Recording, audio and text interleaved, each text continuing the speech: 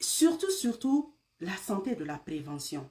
Ce que nous faisons, c'est nous, on se focus beaucoup plus sur la prévention et la progression au lieu d'attendre que la maladie s'installe. Et c'est ce que nous essayons d'améliorer. Parce que quand les gens ont des problèmes de fertilité, on s'attend à ce que la personne ait un problème. Et c'est pourquoi il est dit, le problème de fertilité n'est pas forcément lié à un problème dans ton corps. Ça peut être lié à des aspects de ton corps que tu as négligés, qui ont besoin d'être, auxquels tu as besoin de prêter attention. Et quand tu commences à prêter attention à ces aspects de ta vie, tout s'aligne pour que tu puisses concevoir un enfant. J'ai eu à plusieurs fois partagé ici des cas des femmes avec lesquelles on travaille. Elles font des bilans, elles prennent des compléments alimentaires, elles prennent des vitamines et consorts.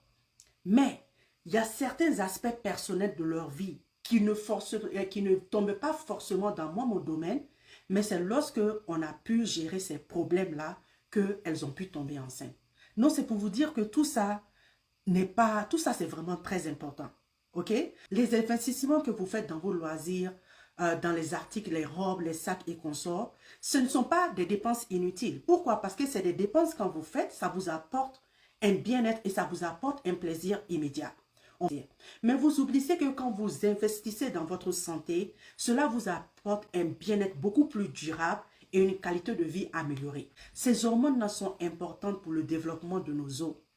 Par exemple, l'oestrogène, vous allez voir que les femmes après la ménopause, on a tendance à avoir ce qu'on appelle l'ostéoporose. L'ostéoporose, c'est lorsque tes os commencent à s'ébrietter, ils sont faibles.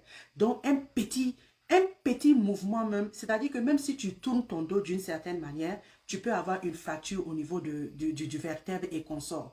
C'est pourquoi nos mamans, très généralement, quand elles ont elles tombent et puis elles se cassent la cuisse là, vous allez voir que la plupart d'entre elles, en 1 ou 2 ans, elles vont passer à trépas. Donc, il faut que vous compreniez que ces hormones sont importantes pour la santé de votre cerveau.